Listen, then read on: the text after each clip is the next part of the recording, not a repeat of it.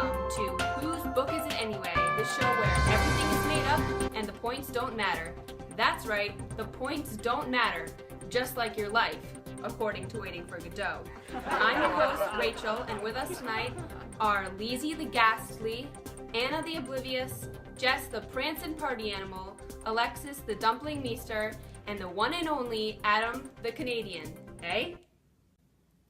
The next game we have for you is the themed restaurant, where Anna and Adam are going to be out at a dinner restaurant with a strange theme. And Lizzie and Alexis are the waiters. The theme tonight is Hamlet. That's right, it's a Hamlet-themed restaurant.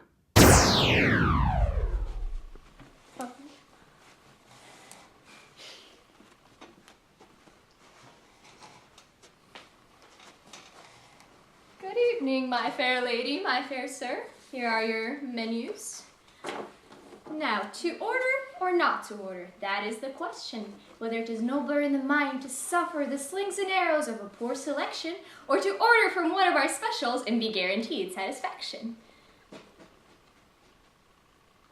Could you tell me what exactly is in the can of worms special? Well, you see, perhaps a king. He could have been in the very dirt those worms ate. In that case, I'll have a Danish. Sounds good, sir. For me, the ham omelet. Around here, we call that the Hamlet.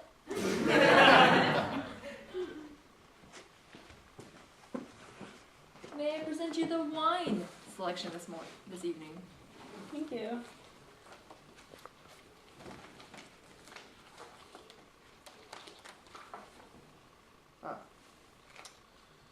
We'll have a bottle of Chateau Cornelius.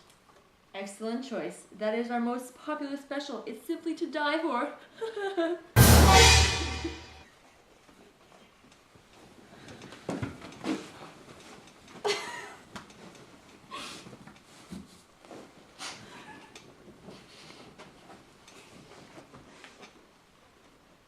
Did you see that? See what?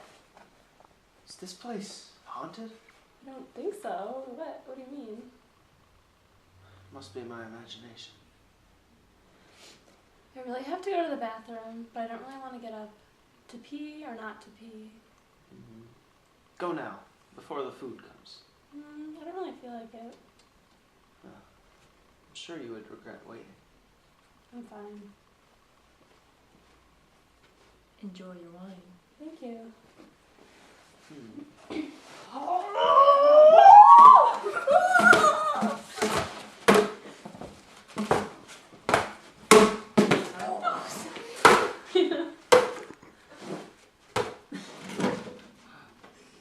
Don't drink that.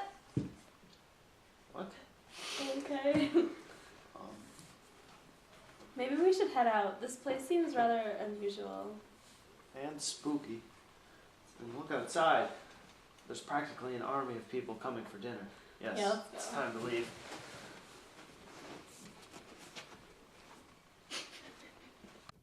And now for our next game, a Miss Dalloway-themed jingle. Though getting older scares me, I try to live it up by hosting all these parties to forget that life must stop. Oh, I chose the party lifestyle over adventure and ambition, but now that I'm old, I'm happy in these pleasant conditions. I didn't amount to anything. I never accomplished my plans. I never married Clarissa, and don't feel much of a man. I'm unhappy and uncertain, so I play with my knife. Perhaps if I marry Daisy, I'll avoid a meaningless life. Hi, my name is Richard Dalloway. At least I'm not that guy. I've got a decent job in Parliament, and I've got a pretty self-reliant wife. I forgot how to show I love her, but I brought her some very nice flowers. But still, I keep my feelings undercover.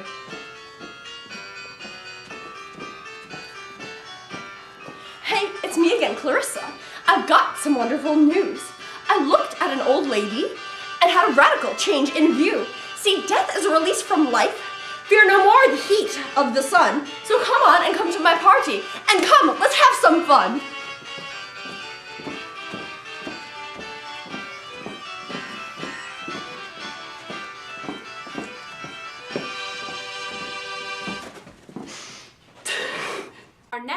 Game, announced by Lizzie, features the fabulous Jess, Anna, and Alexis as the contestants of a dating game, and Adam as the lucky gentleman for whose love they are all competing. Take it away. Hello, everyone. Well, tonight's show is certainly going to be full of excitement.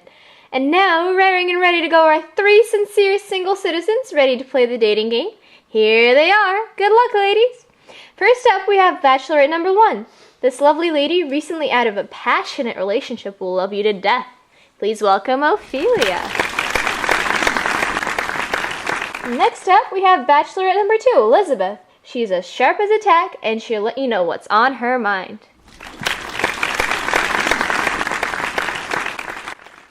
The last bachelorette joining us this evening is the one and only Cecily, an inquisitive country girl, sure to make an earnest man out of you. Without further ado, let's bring out our bachelor, Mr. Collins, looking for a fine companion to bring home to his parsonage. All right, Mr. Collins, you can ask the bachelorette some questions. Listen carefully, and at the end of the show, you will have to pick one of these outstanding characters. I find myself to fancy extravagant evenings with my esteemed patroness, Lady Catherine de Bourgh, on her extensive estate. What does a dream evening look like for each one of you? Well, I would read my long love letters and enjoy flowers, pretty flowers, and I like to swim, fully clothed, of course. I fancy intellectual conversation, something which I'm not sure you could appreciate. Additionally, I think extravagance is rather fanciful and unnecessary. Rather than studying, my dream evening consists of reading and writing all of the letters from my future lovers. And I enjoy visiting with anybody outside of the country. Very good answers. You all seem very kind, smart, elegant. I'm sure any of you would make a man lucky to marry you. Speaking of which, tell me a little about your family background. Do you think your social standing is suitable to be presented to the esteemed Lady Catherine? Well, my father is very close to the king, or at least he was. He died in a noble way, or at the hands of a noble man. Or he was a noble man. I don't think I would get along with this Lady Catherine very well. And I do not quite understand what you're proposing, but my father is a gentleman, if that's what you're asking. My Uncle Jack is raising me. He came from a bag. My own background is fairly boring though, but I do stand to inherit a small fortune. Interesting. I'm sure your connections are all quite suitable. There's no need to be intimidated by her ladyship's own enormous fortune and extensive family tree. My final question is about compatibility. What type of husband are all of you looking for? Someone princely, slightly dramatic, very romantic. I don't find myself sitting around and waiting for a husband. I will marry when I find love, and unfortunately, I do not think that is anytime soon. Someone earnest. That's all I really know. After all, you shouldn't really know someone long before you fall in love with him. I have no further qualms. All of you ladies would be perfectly satisfied to be married to a man like me. All right, Mr. Collins, you've got a very difficult decision to make. You have 30 seconds to think about their answers to your questions and choose one of these lovely ladies. Will it be Bachelorette number 1, Bachelorette number 2, or Bachelorette number 3? Bachelorette number 3. Come on out here, Cecily. Is your name Ernest? Well, no, but I'm sure that you'll find my name suitable. I have known almost from the beginning of the game show that the woman for me is actually Bachelorette number 2.